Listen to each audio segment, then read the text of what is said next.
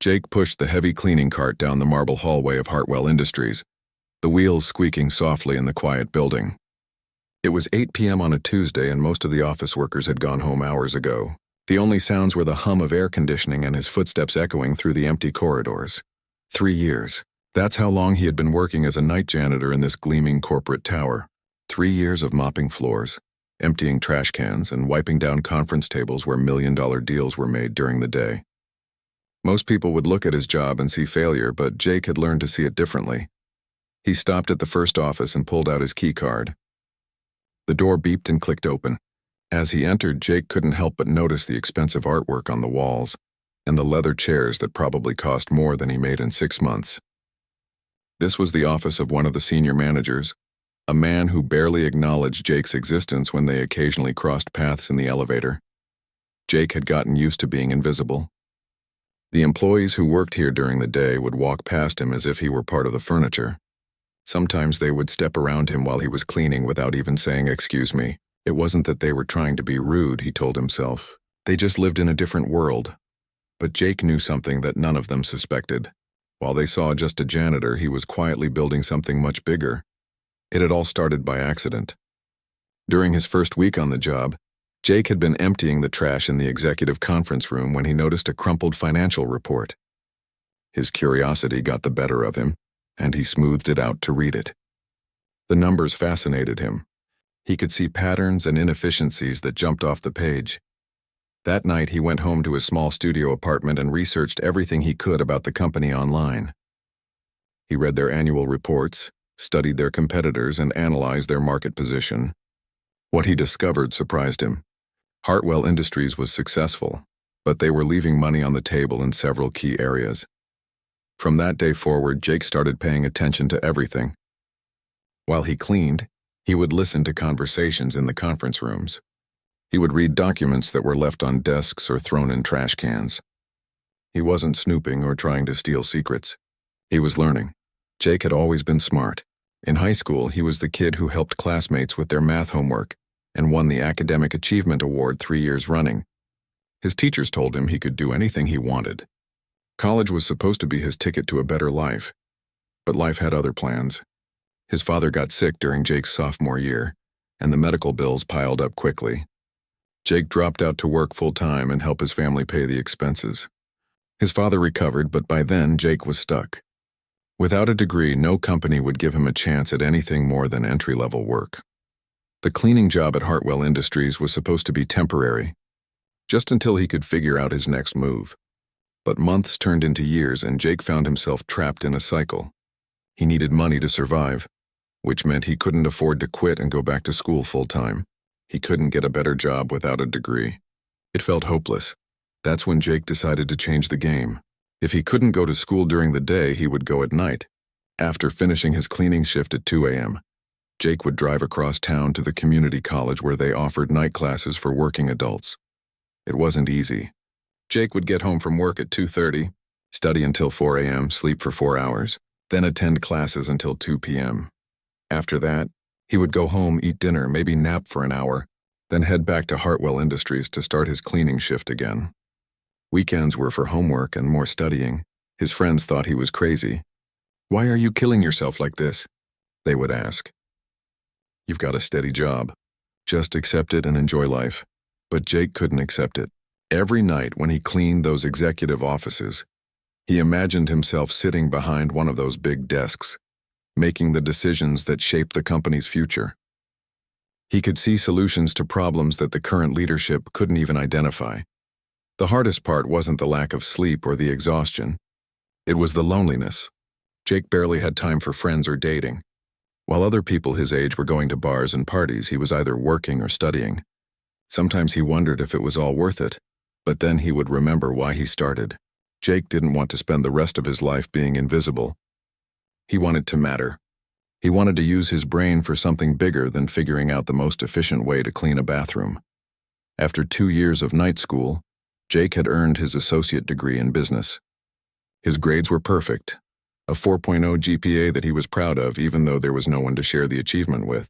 The graduation ceremony was on a Thursday morning, and Jake had to miss it because he couldn't get time off work. His diploma arrived in the mail 2 weeks later.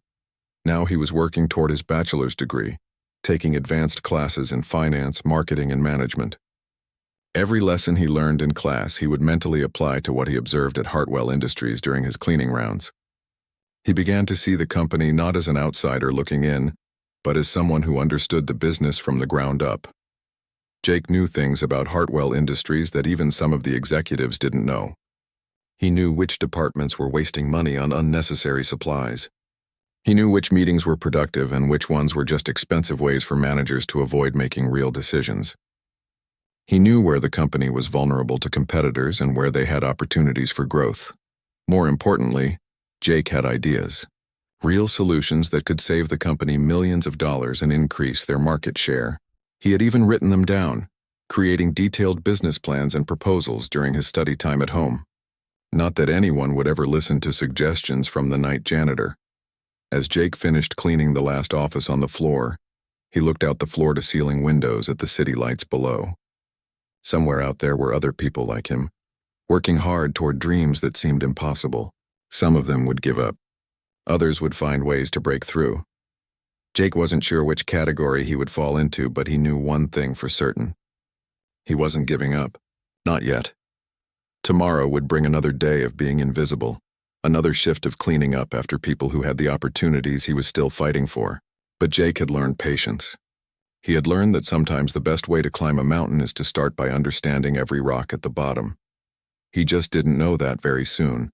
Everything was about to change in a way he never could have imagined. The memo had been posted on the employee bulletin board for 2 weeks. Annual Hartwell Industries Charity Gala. All staff welcome. Jake had read it several times, but he knew it wasn't really meant for people like him. The all-staff part was just corporate speak to sound inclusive. Night janitors didn't attend charity galas, but this year was different. The company had decided to host the event right there in the main lobby of their building, and Jake had been assigned to work that evening. His supervisor, Mr. Peterson, had pulled him aside the week before with special instructions. "Listen, Jake, this is a big deal," Peterson had said, adjusting his thick glasses nervously. "We're talking about the company's biggest investors, city officials, and some very important people. You'll be working during the event, but you need to stay invisible. Clean around the edges, empty trash quietly, and whatever you do, don't get in anyone's way." Jake had nodded and agreed, but inside he was actually excited. For 3 years, he had only seen the results of these corporate gatherings. The empty champagne glasses and crumpled napkins left behind. Tonight he would finally see how the other half lived. The evening of the gala, Jake arrived at work to find the building transformed. The usually stark corporate lobby had been turned into something out of a movie. Crystal chandeliers cast warm light across the marble floor, and elegant round tables were scattered throughout the space. White-coated waiters moved between the tables carrying silver trays of appetizers that probably cost more than Jake's weekly paycheck. In the center of it all sat a magnificent grand piano. Jake had walked past it every night for 3 years, but tonight it seemed to glow under the special lighting. He had always wondered if anyone ever played it, or if it was just an expensive decoration. Jake changed into his work clothes in the basement and grabbed his supplies. His job tonight was to empty trash bins discreetly and wipe down any surfaces that got dirty. He had been given a special black uniform that would help him blend into the background. As the evening progressed, Jake moved like a ghost through the crowd.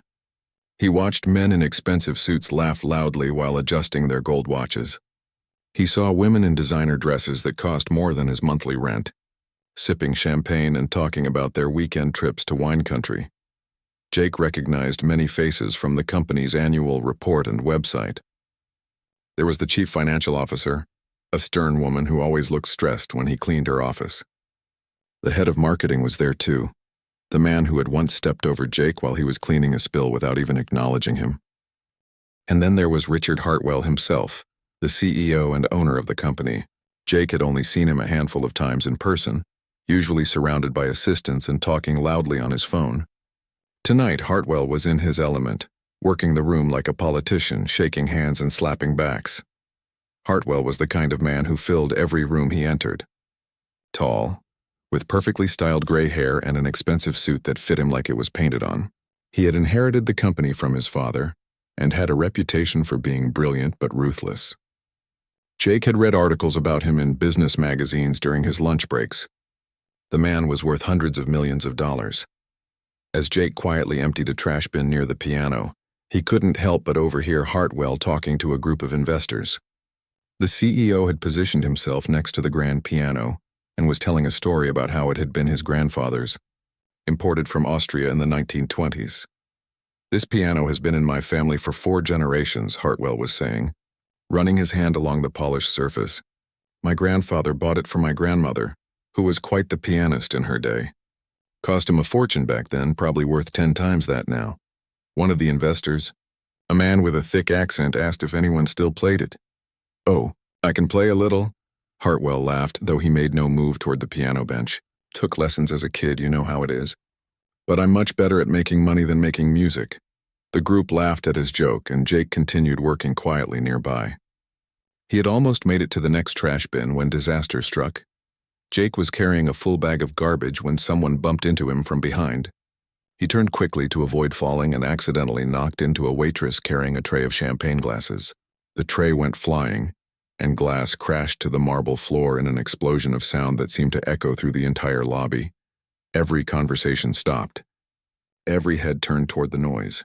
Jake stood frozen in the middle of the mess, still holding his trash bag as hundreds of eyes focused on him. "Well, well," came a loud voice from across the room. Richard Hartwell was walking toward him, a big smile on his face that didn't reach his eyes. "Looks like we have some excitement over here." Jake immediately dropped to his knees and started picking up the broken glass, his face burning with embarrassment. "I'm so sorry, sir. I'll clean this up right away." But Hartwell wasn't finished. Jake could sense the crowd gathering around them, and the CEO seemed to enjoy having an audience. No, don't worry about it," Hartwell said loudly, his voice carrying across the room. "Accidents happen. These things are just part of life when you're—" He paused, looking Jake up and down. "When you're working in maintenance." There was something in Hartwell's tone that made Jake look up. The CEO was studying him with an expression Jake couldn't quite read. "You know what?" Hartwell continued, and Jake could hear the wheels turning in his head. "I just had the most interesting idea." Hartwell walked over to the piano and placed his hand on it dramatically. The crowd followed him, sensing that some kind of show was about to begin. Jake remained kneeling on the floor, still surrounded by broken glass. "We've been talking about this beautiful piano all evening," Hartwell announced to the room, "and I was just thinking, wouldn't it be fun to hear some music?" A few people in the crowd murmured their agreement. Jake tried to continue cleaning, hoping the attention would move away from him. "You," Hartwell said suddenly, pointing directly at Jake. "What's your name?" "Jake, sir," he replied quietly, not looking up. "Jake," Hartwell repeated loudly, as if he had just discovered something wonderful. "Jake, do you know how to play the piano?" Jake felt his stomach drop. He could sense where this was going, and it wasn't anywhere good. "No, sir. I mean, not really." But Hartwell was just getting started. He had found his entertainment for the evening, and Jake was it. "Not really?" Hartwell laughed, playing to his audience. "That's interesting. You know what, Jake? I'm feeling generous tonight. Very generous." The CEO walked in a slow circle around Jake, who was still kneeling on the floor. "In fact, I'm feeling so generous that I'm going to make you an offer. A once-in-a-lifetime opportunity." Hartwell stopped directly in front of the piano and spread his arms wide. "Jake, if you can play something beautiful on this piano, something that truly moves this audience, I will make you the CEO of this company." The crowd erupted in laughter. Someone in the back shouted, "I'd like to see that!" And more laughter followed. Hartwell was grinning broadly now, clearly enjoying the absurdity of his own proposal. "I'm serious. Jake here can take my job, my office, my parking space, everything. All he has to do is play one beautiful song." Jake finally stood up, still holding pieces of broken glass in his hands. He looked around at the crowd of wealthy, powerful people, all staring at him like he was some kind of curious animal in a zoo. Their faces showed a mixture of amusement and pity. "What do you say, Jake?" Hartwell called out. "Ready to become a CEO?" Jake stood there for what felt like forever, pieces of broken champagne glass still in his hands. The entire crowd was staring at him, waiting for his response to Hartwell's ridiculous challenge. He could hear whispers and scattered chuckles from the audience. Someone in the back made a joke about getting their phones ready to record the disaster.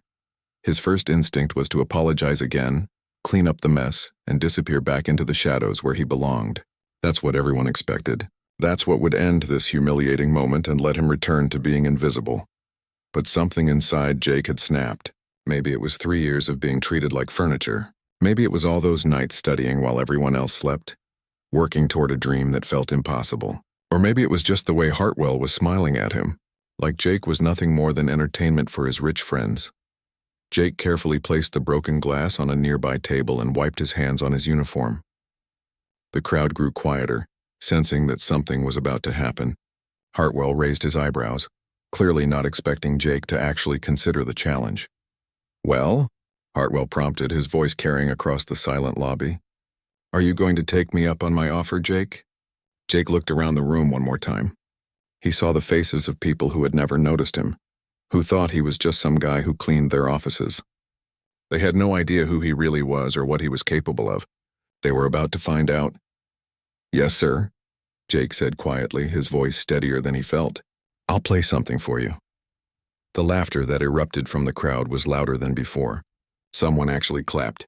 Hartwell's grin grew wider, and he gestured dramatically toward the piano. "Excellent. Ladies and gentlemen, we're about to witness Jake's debut performance." Jake walked slowly toward the grand piano, his work boots silent on the marble floor. Each step felt surreal, like he was walking through a dream. The piano grew larger as he approached, its polished black surface reflecting the chandelier light above. He had been around this piano every night for 3 years, but he had never actually touched it. Now as he reached out and lifted the lid, he could smell the wood polish and feel the quality of the instrument. This wasn't some cheap upright piano. This was a masterpiece. Jake pulled out the bench and adjusted it to the right height.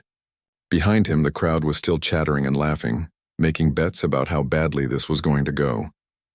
He heard someone say they felt sorry for him, and another person wondering if they should stop this before it got too embarrassing. Hartwell had positioned himself where he could see both Jake and the crowd, clearly planning to enjoy every second of what he thought would be a humiliating failure. Jake placed his fingers on the keys and paused. The ivory was smooth and cool under his touch. For a moment, the weight of the situation hit him. He was about to either validate Hartwell's cruel joke or completely shock everyone in the room. There was no middle ground. He closed his eyes and let his mind drift back to a different time and place.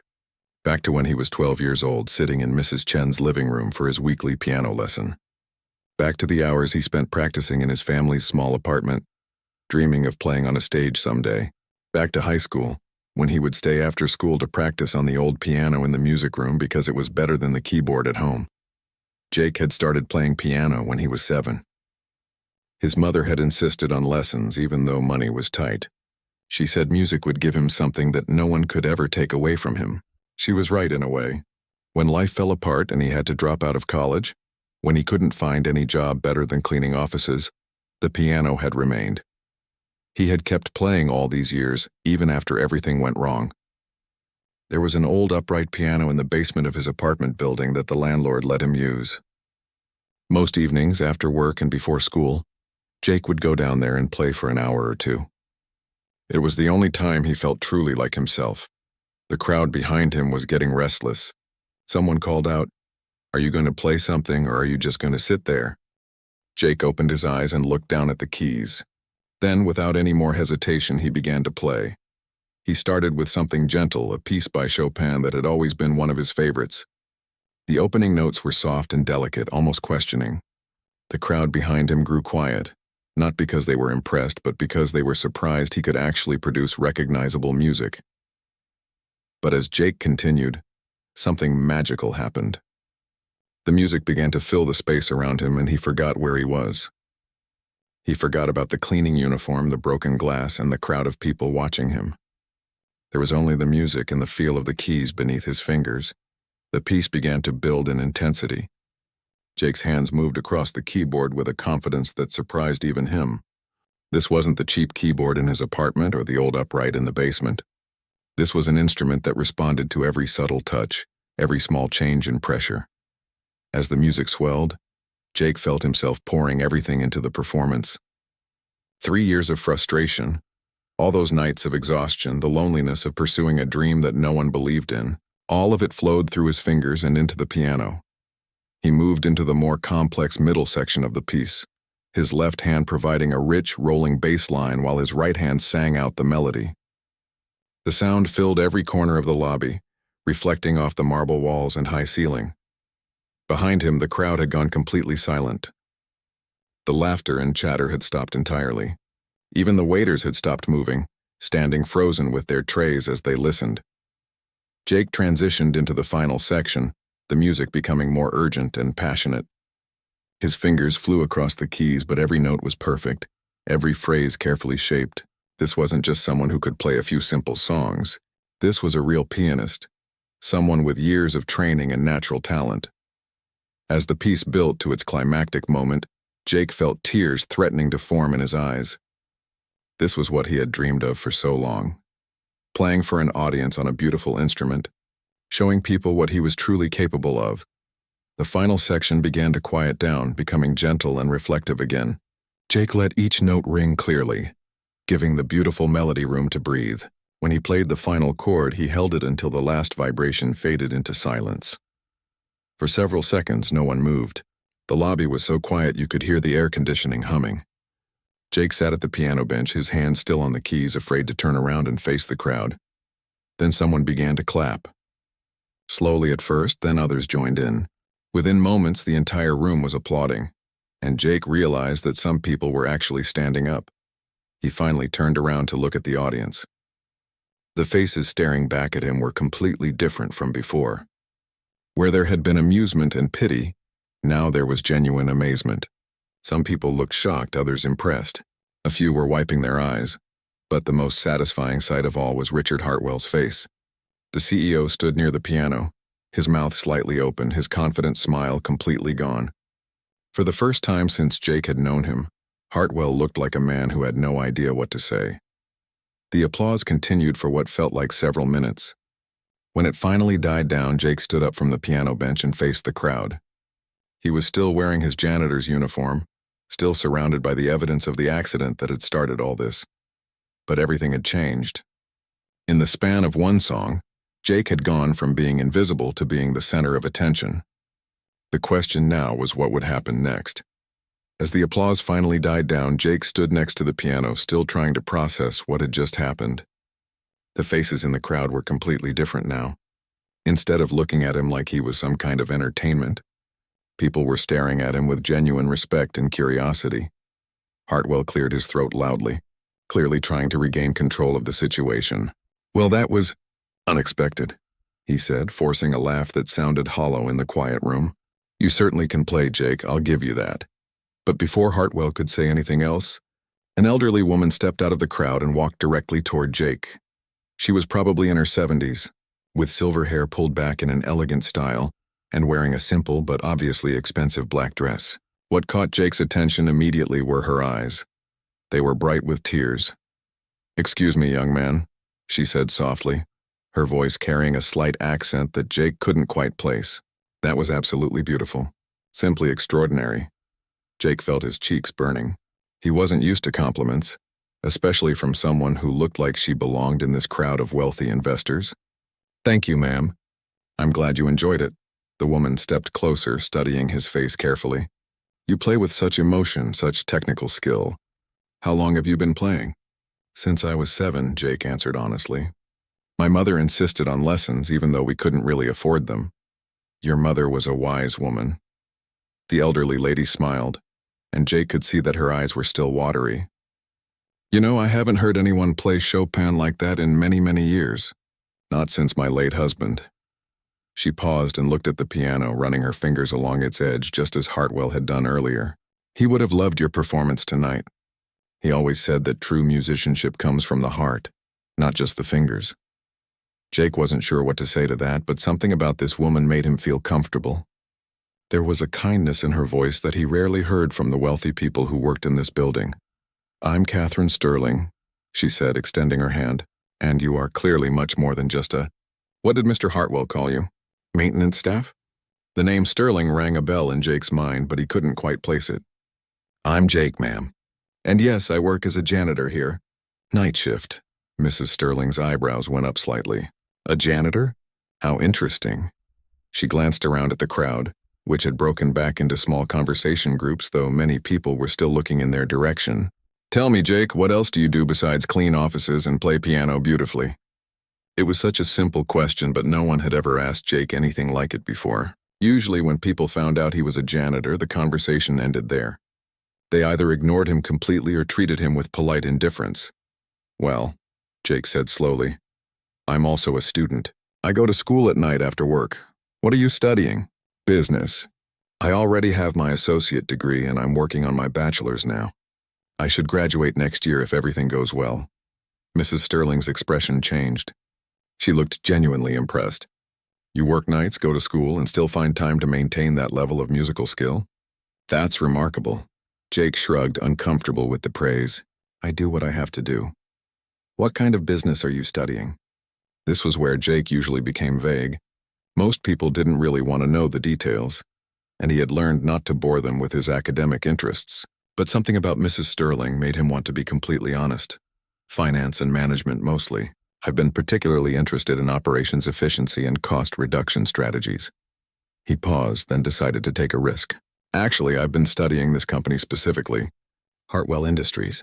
I've learned a lot about their business model over the past 3 years." "Really?" Mrs. Sterling's eyes lit up with interest. "And what have you learned?" Jake looked around nervously. They were standing close enough to other groups that people could overhear if he spoke too loudly. This wasn't exactly the place to discuss corporate strategy with a stranger. "Maybe this isn't the best place to talk about it," he said quietly. But Mrs. Sterling wasn't letting it go. "Humor an old lady," she said with a smile. "Give me one example. Just one thing you've noticed." Jake took a deep breath. He had spent so many nights thinking about these issues, but he had never voiced them to anyone. "The supply chain management," he said finally.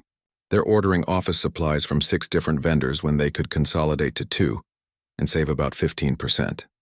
They're also paying premium rates for cleaning supplies because someone in purchasing has a relationship with an overpriced local distributor. And don't get me started on their energy costs. They could cut their electricity bill by 30% just by upgrading their HVAC system and changing their lighting schedules." Mrs. Sterling was staring at him intently now. How much could they save annually if they implemented these changes? Based on what I've seen in their waste and utility records, probably around $2 million the first year. More after that, because the energy savings compound over time. "You calculated all this from cleaning offices?" Jake felt embarrassed now. It sounded crazy when she put it like that. "I know it sounds weird. I just pay attention to things. And I've been reading their financial reports for 3 years trying to understand how businesses really work." Mrs. Sterling was quiet for a long moment, just looking at him. Jake couldn't tell if she thought he was brilliant or completely insane. Finally, she spoke. "Jake, do you know who I am?" "You said Catherine Sterling, but I'm sorry, I don't recognize the name." She smiled. "Sterling Capital Management. I'm one of the largest investors in this company. I own about 12% of Hartwell Industries." Jake felt his stomach drop. He had just...